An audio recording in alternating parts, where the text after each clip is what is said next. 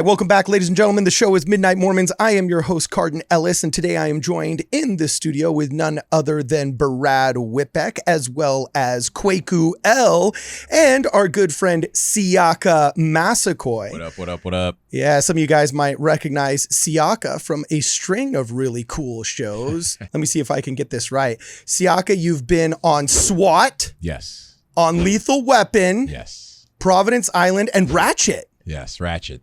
Okay. A little Ryan Murphy show on Netflix. Okay, cool. I did that before the whole cuties thing, guys, so don't hate me. That's pretty funny. I did it back in February of 2019. What do you have against oranges? Oranges. I love everything.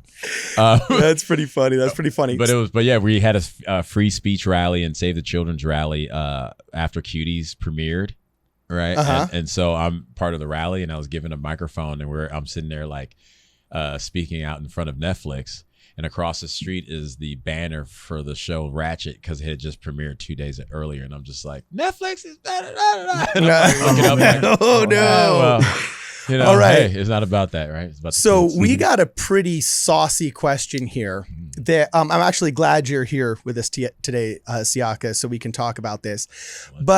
In another channel, okay, by another channel called Quick Media that talks a lot about, CRT infiltrating a lot of the churches. Yep. And also it's, kind of typical culture commentary and so on and so forth. A recent convert made a very interesting question in the comments that I thought we should bring you in on in order to talk about.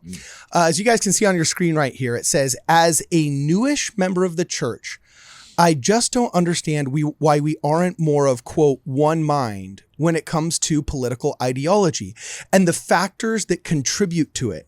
I guarantee you that every single one of the people in this video votes Democrat and calls him/herself a liberal or progressive. And it was a video montage of a bunch of woke professors that were talking about how basically if you love Jesus, you'll be an anti-racist and you'll vote for Biden and you'll hate your white friends.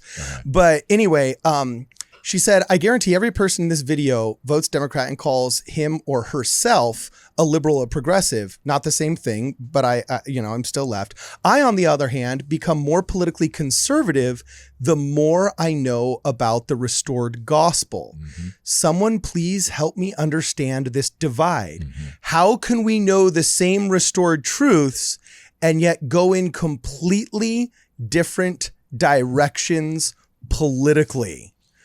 Ooh, so that's a tough one. No, it's a great one, and I like that. The biggest part of that is if you see there, and this is what I've noticed, is she's new to the church, right? Yeah, it's not the new converts that come in usually with that stuff. It's the people who have been there for a long time because they're complacent. The church has been extremely complacent. Conservatives overall have been extremely complacent over the last 40 years, 50 years. So when you see the church kind of like slowly going, oh, it's okay, and they're sliding into that, and you see somebody newish, just like myself, I was just baptized on January 1st. Now I've been, believer in God strictly for the last 6 years, but now a believer in Jesus. Yeah. And I watch it. I see it happen because I'm seeing it from turning away from that secular life and seeing the destruction of it. That's why it's like there's no question why I can't even believe that, like, to save my life, And I believe that Christians that are comfortable see that as it's the same old trope I watch conservatives be told. Well, be in a sense, be better, and being a good Christian is just the idea of what turn the other cheek is used as a trap for Christians. It really is. Okay. Because Christianity is not a peaceful religion. Really, it's not. It's an aggressive religion.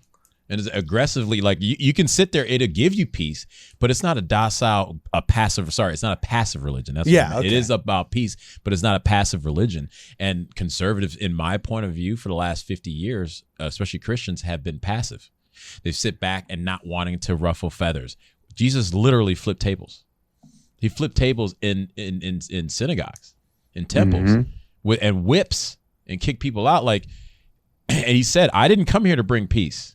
I came here to upturn everything. Mothers against daughters, wives against father-in-laws. So He did that to shake it up so that we didn't get complacent and we do understand the value of this, or we will get lost. And that's the secular world. So she says something really interesting. She says, and I see Brad wants to jump in here. So I'll here you jump in first, Brad. So part of it comes from the question that she asks, right? Where she says, how can we know the same restored truths and yet be so different, right? And I think that a big part of it is because we don't know the same restored truths. I think we have a lot of people just going to church, kind of like Siaka's saying here. They're going through the motions. They're there, but they're not internalizing those truths the same way, right? Yep. Or they're internalizing some truths, but not others, right? Where you might see somebody who really, really is impacted by the teaching to love your neighbor as yourself, right?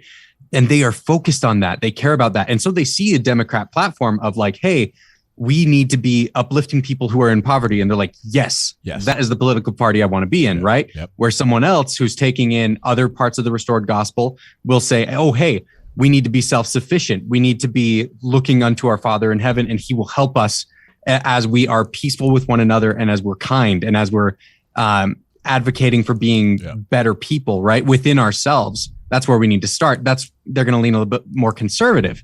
So I think that we see people believing differently because they don't necessarily have all of those same beliefs in together yet, right? Yeah, I can see that because again, the church is supposed to lead the community, and a lot of these pastors, any church that I go to, I see people, multiple people wearing masks, and the pastor's wearing a mask. Like that tells you the lack of leadership within that church. Ooh. I'm sorry, You done said it. I did say it because these guys they're tasked with spiritual deliverance. It's a big deal. And culturally, we got to a place where it's like, okay, but like the world that I was able to be delivered from only through the grace of God is no joke.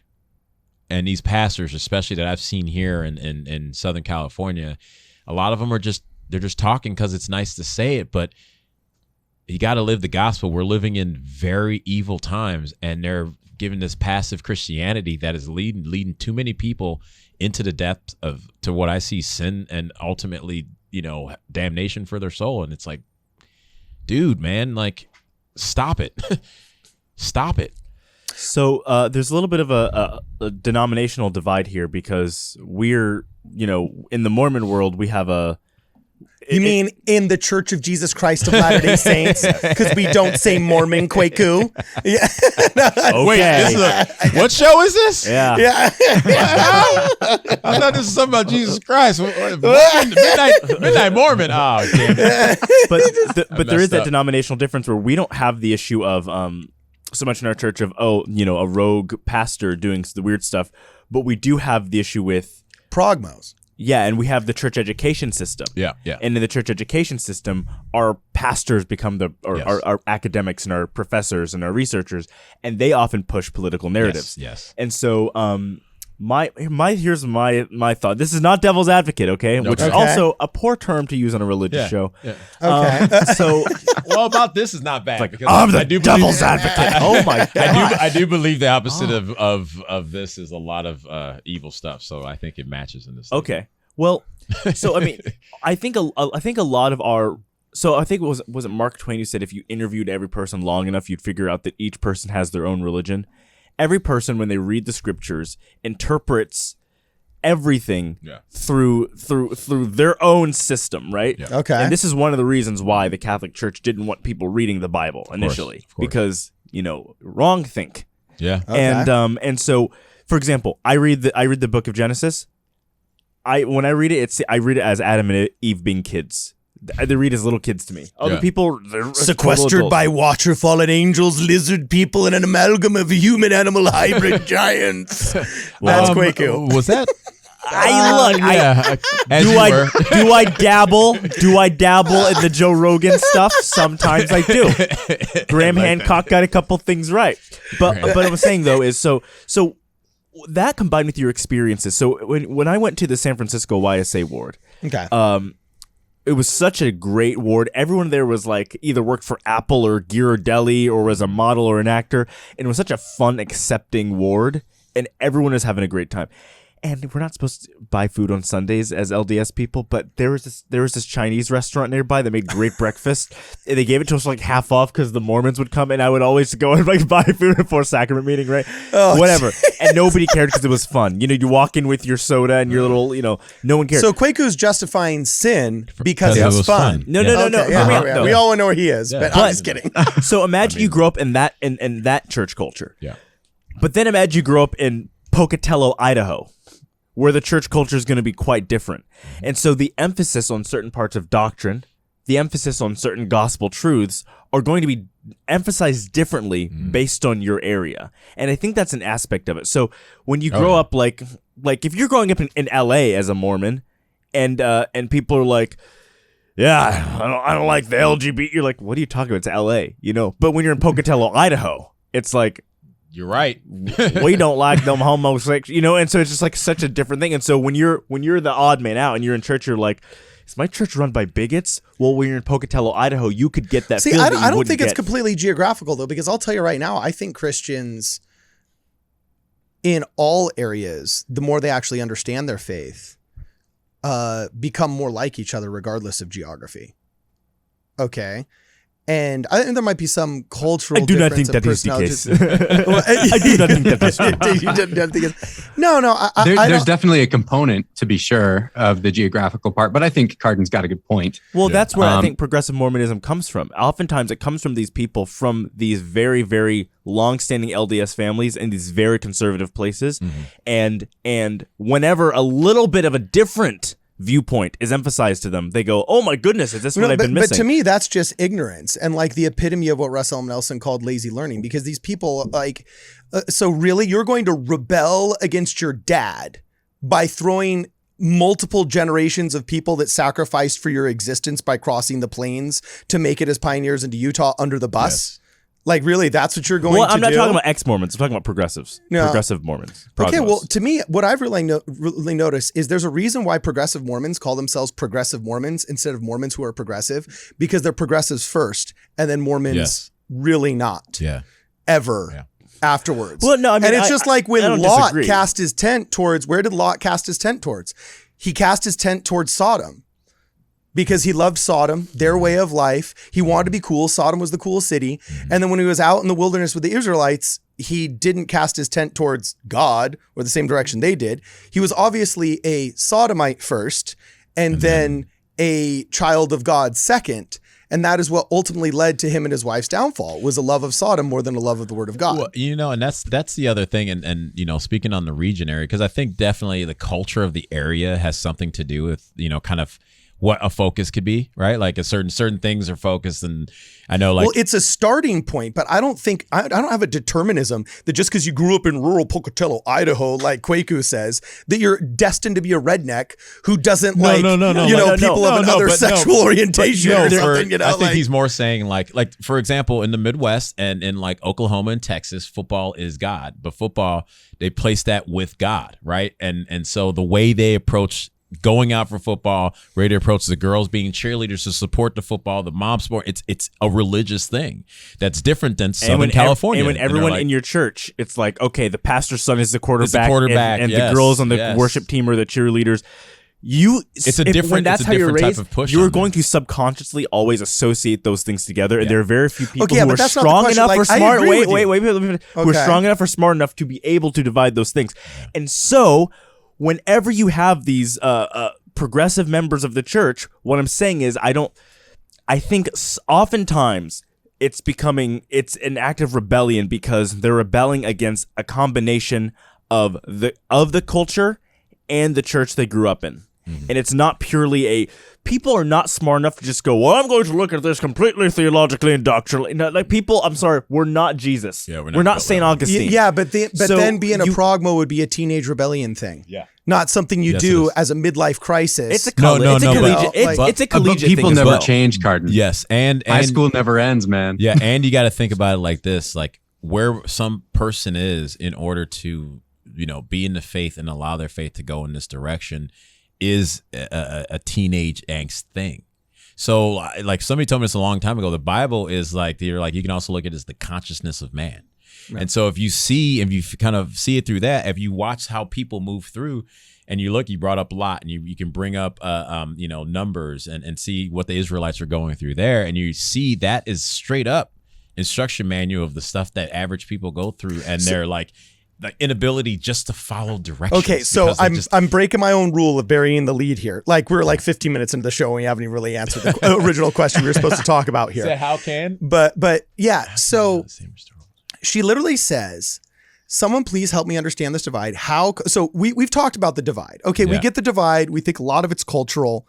You know what I'm saying? Yeah. And a lot of it's based on some of these classic arguments of, urban versus rural, agrarian versus, city slickers. Like, okay, I get that. And we can understand why the starting points may be different. But at the end of the day, if God is the same yesterday, today, and tomorrow, if he is the Alpha and the Omega, no matter where you are, you know what I'm saying? When you're holding your scriptures and you're reading them, there might be some informing that your culture gives you, but you will get closer and closer and closer to what the truth is. That's why Jesus Christ famously, when he talks about the straight and narrow, the true translation of that means the narrow and narrowing road, because the more you learn about God, the more you realize how your behavior has to be more like his. And that road actually gets even more narrow and more narrow and more narrow as you understand God more. So someone please help me understand the divide. Okay, we understand a lot of the political divide may be informed culturally, which might be based off of geography, which is fine. That's a starting point. I'm talking about ending points. She says, how can we know the same restored truths and go in completely different directions politically? I have a question. Do you think somebody can be, in our case, an active temple recommend holding a member of the church, in Siaka's case, who's more of kind of like general Christian, shall we say? Yeah, what'd you say? I would say Baptist background, but Baptist background. Yeah, my grandfather all around gangsta. Yeah. You know what I'm saying? All around spiritual gangsta. My grandfather was the main Baptist minister at the main church in Liberia. That movie Providence Island is named after the church he spoke at. So. Rock cool. on. Okay. Yeah. So it's right there. So then that's my question is, I struggle to see how somebody, this is not to brag about Republicans, because those people, like that's a totally different topic for another day that we could jump into. But I struggle to see how you can be fully aware, not just, I grew up in Detroit, Democrats run things, so I gotta, I'm Democrat. You know what I'm saying? Yeah. That was not meant to be a Detroit accent, by the way. That was what non-regional dialect. That was really bad. That felt like New York or something. Yeah, I was going New York, but then I just kind of eased off a little Detroit, bit. That was a Midwestern tough guy thing. Midwestern Detroit, that's Indianapolis, that's Chicago. I realized I was sitting next to a real actor. Yeah. So I decided not to go for the accent. TV shows where they have in TV shows they can't say where the guy's from. So like in my country, they don't ever say what country. Like, are you Eastern European? Are you what area? So anyway, the question. So I struggle to see. I don't struggle to see how somebody just ignorantly can be like, oh, I'm a Democrat because I'm from X, Y, or Z place, right? But when you really dive in to what modern leftist secularism is, like. I've been asked before, can you be a Democrat and be I don't know the correct, a practicing member of the church. Do you think you can be, Siaka? It's oxymoronic, right? I think that in people's hearts, they believe that they are Christian, and where we miss and how can questions like how can we be at two different directions? That what's going on is that. And I thought about this about a month ago. Culturally, we say it's been attacked. We get attacked at every angle, whether it's your phone, music, television, anywhere you look in popular culture, it's antithetical to God everywhere for popular culture. Then I thought, oh man, popular culture is everything they're doing is opposite the 10 Commandments. Yeah. So everyone growing up in my lifetime, your lifetime, has been growing up in a culture that's been opposite the 10 Commandments. Culturally, we don't even know how to get back to the true word of the Bible because we're just moving around, being hit everywhere. From you and I, from in the late 80s, everyone said Merry Christmas to Happy Holidays. And people being scared to say Merry Christmas. and being okay with that. And every Christian that has, down the line being okay with that, that's you giving away what it is, so that when the next level of Christian comes, they're just learning from the person who came before who already gave that up. So we are slowly giving this stuff up and living in a world that is antithetical to the 10 Commandments. And so what else do we expect to happen? Of course it's going to move around there. And then we're being pushed to go to these colleges, which are socialist factories. So you go into colleges, your society, your news, your television, your all your entertainment is anti-God. Well, then, but how would you respond to those that say, well, I love the social gospel? Because I had this conversation with a friend of mine, Hannah Syriac, and she said, well, I'm a big fan of the social gospel. And I'll tell her my answer. I mean, we can talk about my answer to that later. I said, there is no social gospel. What are you talking about? There's only the gospel. What does she mean? So I think, well, oftentimes people say that, Jesus Christ and all of his commendations to his followers to take care of the poor and to make sure that, we bring in the downtrodden and we're good Samaritans. That was a wholesale endorsement of proto-Marxism in the modern day. They can say that, but then that's missing the fact that he said in the 2 tenets, a major thing is to love God with all your heart and soul and love me. So that's the first 2 tenets he says you're supposed to follow. So if they want to miss that to say the other thing, then it doesn't count. That's part of these, that's why it's different directions, because they want to pick and choose what to take in order to live in this secular world that has been pushed on us since at least the mid to late 60s. Not to be the devil again, but theoretically, you could also say, I can imagine, okay, I'm just going to play it. I'm going to play a Democrat right now, okay? Okay, there we go. Okay. It's not very hard. You were the president of BYU. He's got the skin tone. No, wait. Wait, what? Wait. Was that racist? Are light skins Democrats? Is that how it is? Anything darker than a Cardinal's a Democrat. That's what they say. Well, hey. The things you can say when you're black. No, you can say it. You could have said that easy, and I would have been like, true. I'd have backed you up. I was just quicker on it. I was quicker on the draw. That's all it is. No, so I'll play Democrat. Yeah. I don't understand how you can claim to be followers of Christ and vote for a man who grabbed women by the hoo-ha. Yeah, because it's about policy, and so you go by God's law. That's what it's about. It's always about God's law. That's what they miss. It's always about God's law. David had God's heart, God in his heart. David was an adulterer, but yet he still had God in his heart, and yet he's still revered. So it's not about the person. Wasn't David condemned by God? He was, but he still was loved by God. He was loved by God to do great things and was promised that his seed of Abraham will come through David. Well, and he repented. The thing is that David repented. Sir, your voice is being too loud, and that's triggering. Okay, so first, wow, he's doing a great job. There we go. I'm not that good at doing it. 17 years in the industry, I've never seen it better. But no, you need to have the wokester list that all of them have whenever they're angry. Yeah. Okay, but to me, I'm talking about an actual. Yeah, those are I like the art students who are mad at their dads, and they watch too much Wes Anderson. I'm talking about people who can actually get into the conversation. Yeah. So but then what you're doing is you're picking which sins. No, not at all. Not at all. You hate the sin, not the sinner. Right? Right. So why would you vote for such an open sinner? Because it comes down to the policy. It says it in there, you don't follow unjust law that are ungodly. So if this guy's coming and using godly laws, I'm going to follow and pick those laws and those policies over someone, Joe Biden, who has come in and done ungodly laws that God that says in the Bible you don't have to follow as a Christian. If this guy, if David, who's an adulterer who literally killed one of his major followers in his homies to have sex with his wife, can sit there and still follow God's law and make sure that has the temple working properly, make sure that he has people praying as often as they're supposed to be, then Trump, when he comes in there, he can be the adulterer, he can be that, but what are his laws that are godly, which we've seen? I would have to say, let me jump in, Quaker. I would say Esther saved her people by appealing to the political authority, saying, look, this guy, I think it was Mordecai was his name, right? He wants to literally kill my people. So she saved her people by literally appealing to a king who's like, okay, fine, maybe we shouldn't slaughter the Jews. All right. Okay, well, and so under Trump, they got rid of the Johnson Amendment, for example, which muzzled American pastors in Christianity and American bishops in Mormonism, or the Church of Jesus Christ of Latter-day Saints, I should say, from speaking from the pulpit about moral issues. So you believe that a bitter tree can bring forth sweet fruit, is what you're saying? No, because he's not the one bringing forth the fruit. Bitter. It's God's. He's not God's the tree. law. See, he's not the tree. He's not the tree. See, although I he's a human being. He's a human being. You're not doing a very good job of this, Quaku. All right, fine. You want to go? No, here's what you're saying, though. You're saying that a politician can be a complete sinner and unrepentant, but bring forth a righteous society. Whoa. That kind of sounds like what you're saying. No, because he wasn't unrepentant. He prayed multiple times. He went to church multiple times. What is your proof that he was unrepentant? That's the difference. He can be a sinner. You can feel like he's a sinner. Psalms. He is the Psalms. He's talking about how he's.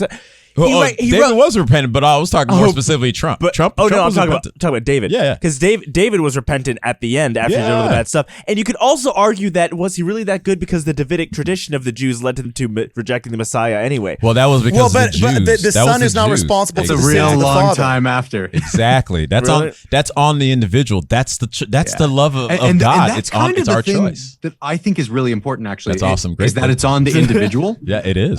I think that there's a interesting thing where we have just culturally right now, we're talking about how whether responsibilities land with individuals or with a collective, right? I think that's a big part of this divide, is because there are a lot of people who want to have the responsibilities for things that go wrong to land with the collective. Yes. That is the ultimate main difference I see with the left side of things versus the right. The right, it lands with the individual. The left, it lands with the collective. So, And Brad, I'm sorry Yeah. to interrupt you. We're going to have to pause for station identification really fast.